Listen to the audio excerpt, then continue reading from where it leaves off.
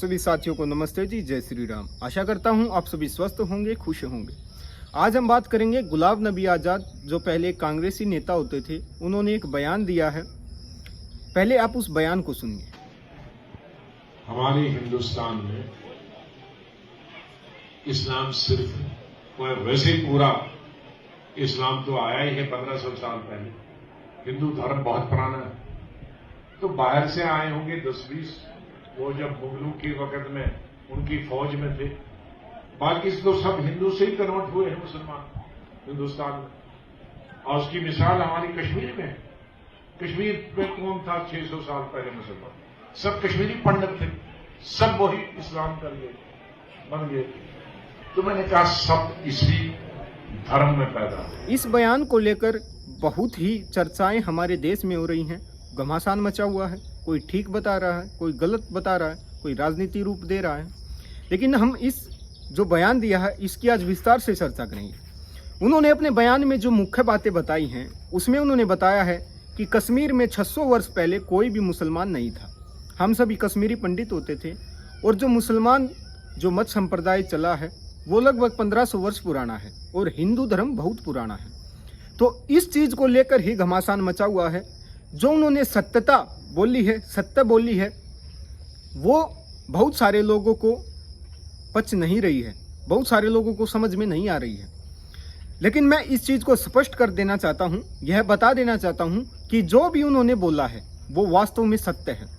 हम इतिहास के आधार पर, तथ्यों के आधार पर, तर्कों के आधार पर ये बातें मान सकते हैं, जान सकते हैं कि जो उन्होंने बोला है वो वास्तव में सत्य है।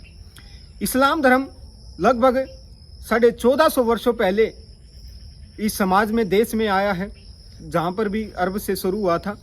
और जो हिंदू धर्म है, हिंदू धर्म सृष्टि के अनादिकाल से चलता आ रहा है और अनंत काल तक चलेगा, क्योंकि सनातन जो धर्म है वो ईश्वरीय ज्ञान है, और ईश्वरीय ज्ञान का कभी भी अंत नहीं होता है।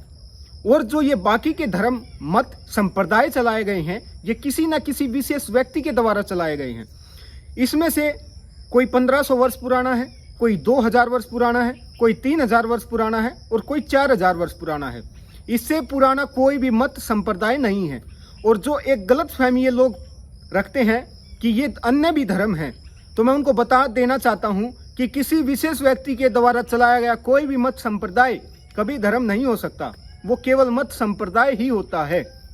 धर्म तो केवल एक ही है, सनातन धर्म। और अब व्यक्ति जब उसकी सच्चाई को, उसकी सत्यता को जान रहे हैं, तो उसके बारे में सत्य ही बोल रहे हैं, जैसे कि उस एक नेता ने कश्मीर में बोला है। और जो व्यक्ति अब इसको जानते हैं वो उसको मानने लगते हैं, और धीरे धीरे उस चीज को अपनाने लगते हैं, ग्रहण करने लगते हैं। आप भी घर वापसी कर रहे हैं क्या? देखिए, हिंदुस्तान में जितने लोग पैदा हुए हैं, मैं भी पैदा हुए, सब सनातनी लोग पैदा होते हैं। ये तो बाद में जब उसको मनुष्य पैदा होता है उसके बाद ही उसको बताते हैं भाई ये है, जिस उस परिवार में पैदा होता है। तो ये हमारे पूर्वज भी जो हैं पहले वो हिंदू ही थे, और हम सब श्री राम के वंशज हैं। श्री राम हमारे पूर्वज थे। इसी प्रकार से जो मजहबी लोग हैं, जो इस चीज को नहीं समझ रहे, जो समझ रहे हैं वो तो इसकी सच्चाई को जानते हुए इसको ग्रहण कर रहे हैं, लेकिन जो इसको नहीं समझ रहे वो इसका कटाक्ष करते हैं। जैसे गुलाम नबी आज़ाद ने कहा कि 600 वर्ष पूर्व कोई भी इस्लाम नहीं था, और जो भी मुसलमान अभी बने हैं वो सभी हिंदू से कन्वर्ट होकर ही मुसलमान बने हैं, नहीं तो पहले कोई भी मुसलमान नहीं था। जब अरबों का शासन हमारे यहाँ पर शुरू हुआ तो उन्होंने बताया उस समय केवल 10-12 मुसलमान आए होंगे, और उसके बाद ही कन्वर्जन शुरू हुआ, और कन्वर्ट होते होते आज हम इतनी बड़ी संख्या में वो मुस्लिम आबादी वहाँ पर है। तो उन्होंने ये सत्य बोली, और सच्चाई को सुनकर कुछ व्यक्तियों को अच्छा नहीं लगा। और दूसरी बात, जो सनातन के ऊपर बात है, वो वास्तव में सनातन एक ऐसा धर्म है जो पूरे विश्व में शांति स्थापित कर सकता है।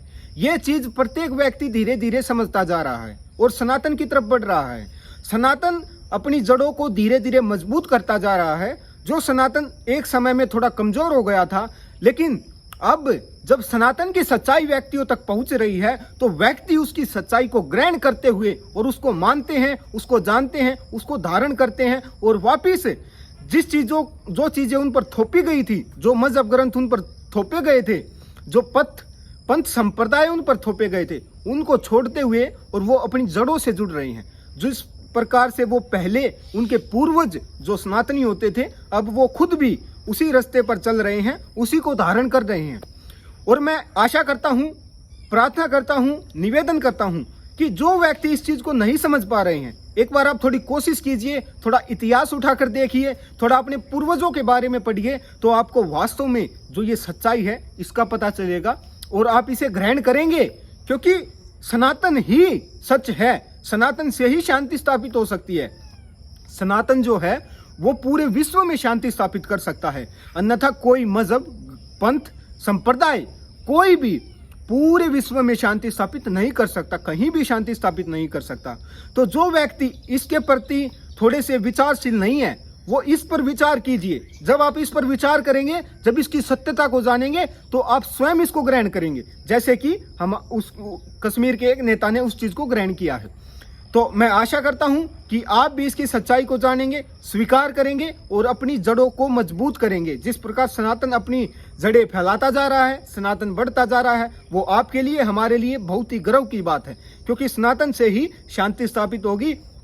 और हम सभी यही चाहते हैं कि हम सभी शांति स्थापित करके और अपने भारत देश को पुनः विश्व गुरु बनाए, जैसे पहले था। जब सनातन की जड़ें मजबूत थी तो हमारा देश विश्व गुरु कहलाता था, लेकिन जब धीरे धीरे सनातन थोड़ा कमजोर हुआ तो हमारा देश भी कमजोर होता गया। इसी प्रकार से हमने पुनः अपने सनातन को मजबूत करते हुए और अपने देश को पुनः विश्व गुरु बनाना है। तो आप सभी का बहुत बहुत धन्यवाद। सच्चाई का साथ दीजिए। जिस व्यक्ति ने सच्चाई बोली है आप उसका साथ दीजिए, भले ही वो किसी भी पार्टी से है, कहीं से भी है, हमें इससे कुछ नहीं लेना। लेकिन जो व्यक्ति सत्य बोल रहा है, जो सत्य का साथ दे रहा है, जो सत्य के साथ खड़ा है, हम सभी को उसके साथ खड़ा होना है, उसका साथ देना है, जब तक वो सत्य के रास्ते पर है। तो आप सभी का बहुत बहुत धन्यवाद। जय श्री राम।